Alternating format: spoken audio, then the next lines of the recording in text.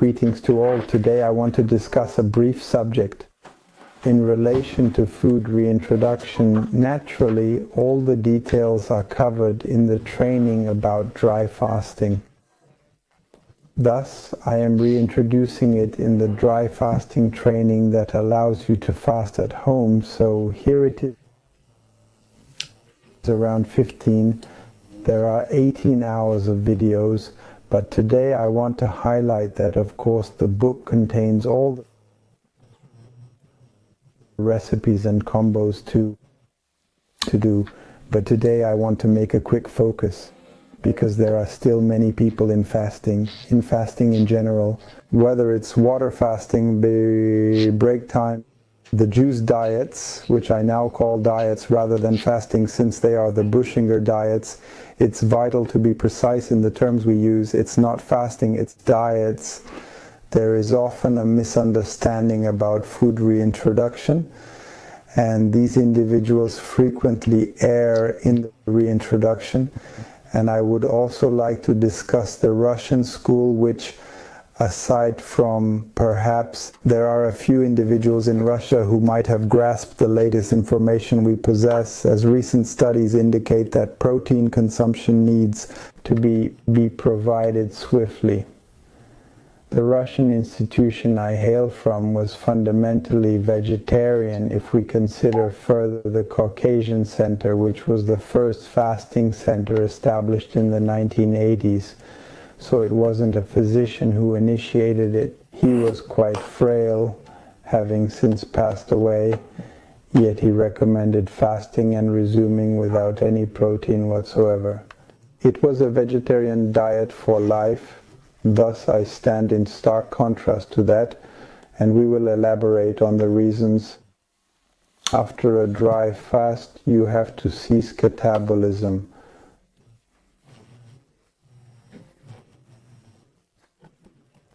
Thus, catabolism takes place, toxins are eliminated, and we require regeneration to activate the cells. We require strains to reconstruct blood, organs, and tissues.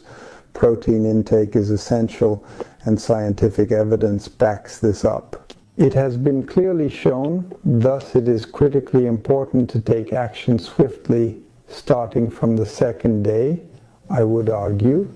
In any event, maybe not on the first day, as it might not supply proteins. However, from the second or third day onward, we should. We must rebuild the protein stock in the body. This is truly very important. So I don't know, there's another constraint. We must first we need to rehydrate a donation. This rehydration must be performed in the right order to prevent shock, but which is metabolic. And there it is. I won't elaborate further. All the information is in the training. Details are in the book.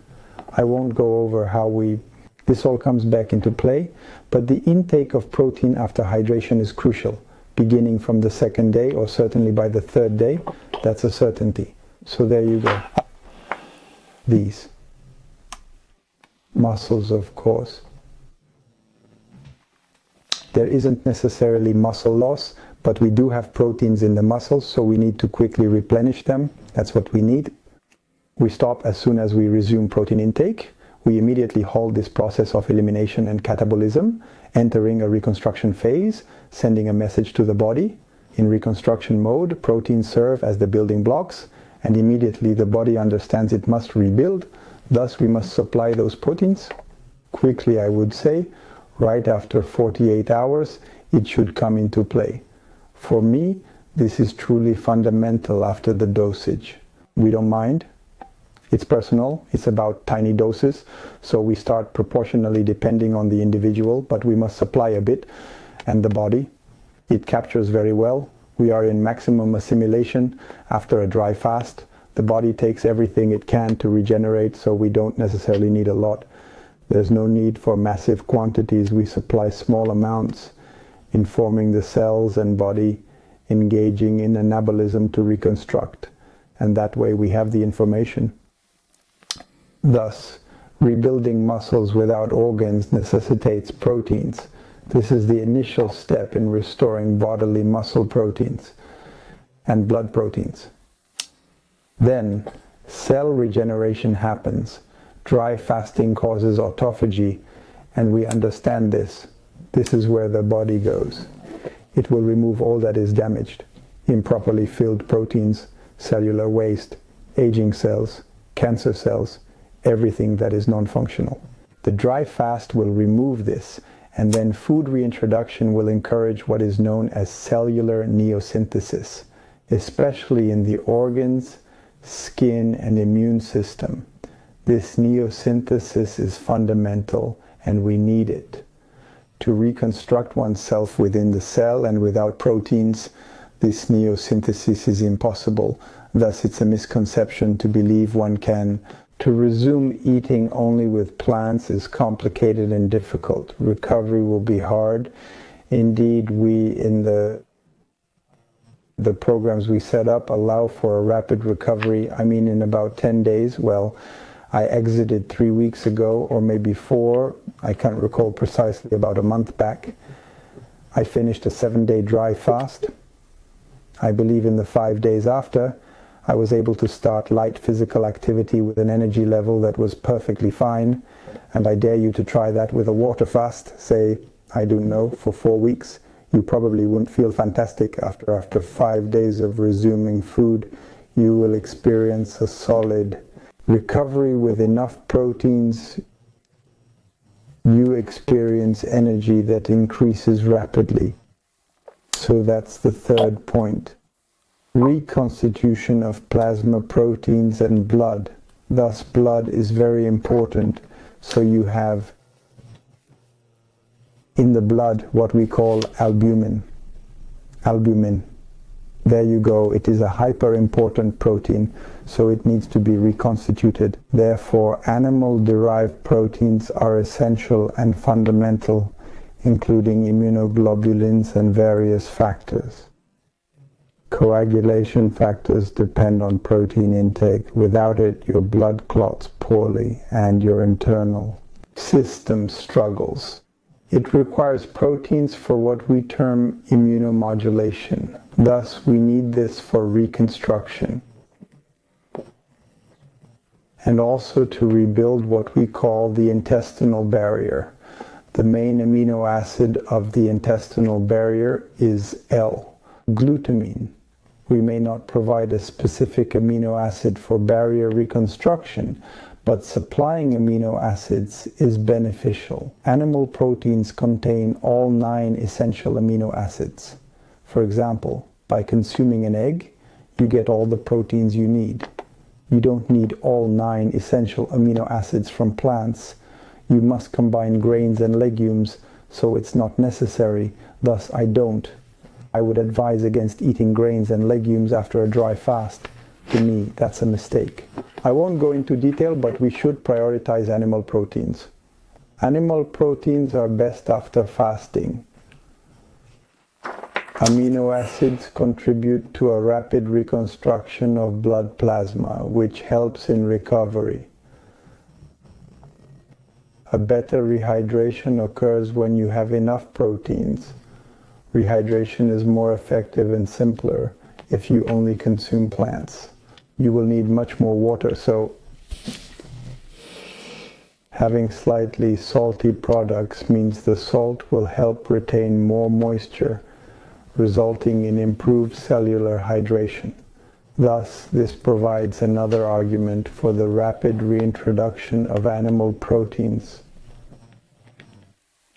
Thus, amino acids will enhance cellular oxygenation. Without proteins, oxygenation is challenging. Point 4, support for the uterine system. We briefly discussed this through the intestines, as 80% of uterine support occurs in the intestines. During a dry fast, you have stem cells regenerating after the cleanse, leading to a complete reconstruction and assimilation process. If you have assimilation problems and feel fatigued constantly, I recommend a dry fast. It will help, and your mucous membranes will be fully restored. Recreate yourself like a newborn. you will absorb all that you consume multiplied by 10. That's the essence of it. The requirement hinges on proteins. Those essential proteins are necessary for regenerating and enhancing your mucous membranes. Lacking them is not an option. You bring in a lot of carbohydrates and things like that. It's not the solution, you see. So after fasting, you have this immunity, which is somewhat like this. It requires several days. You feel weak after emerging from a dry fast. There's a phase lasting a few days, about 3 or 4, where your immune system is recalibrating. Cold baths after a dry fast are utterly foolish because you are very fragile immunologically. You must avoid stress and not return to work immediately after a dry fasting cure. You need to allow some time for your immunity to rebuild, so you must really still be in a sort of recovery phase.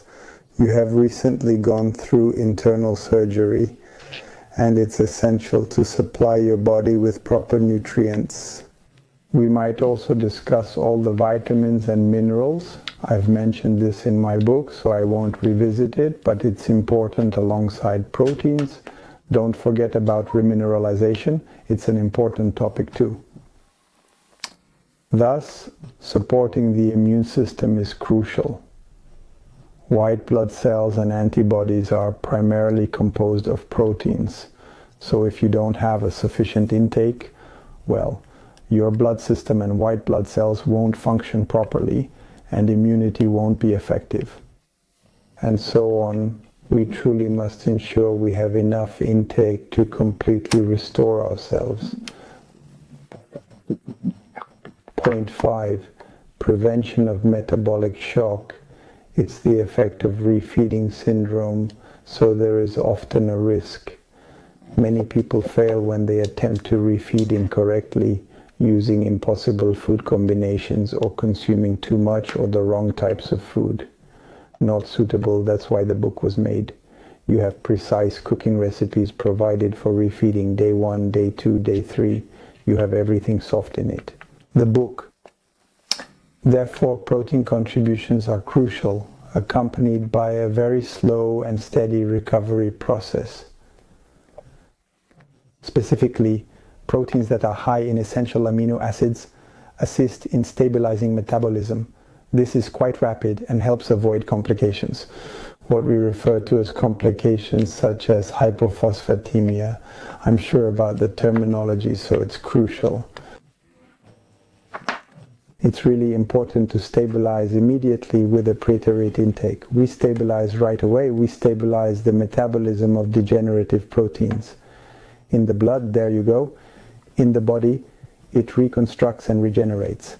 Thus, we are truly at the opposite of our Russian friends who said it's a 2-month vegetarian diet without amino proteins.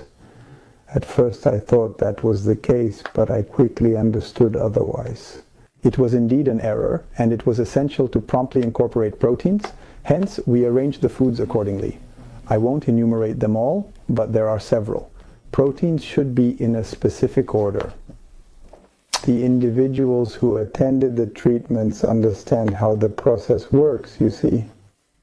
So the types of proteins are mainly animal proteins. We have a few interesting plant proteins which provide all the amino acids. I mentioned this in the book, but it's crucial that proteins are always counterbalanced with a base. Thus, we seldom provide just one type. We never provide animal protein by itself. There's always a plant base that balances it. And there are some interesting plant proteins that we might give. There is a precise order for all of this, which I covered in the book. I stress the importance of prioritizing protein intake immediately after breaking a dry fast.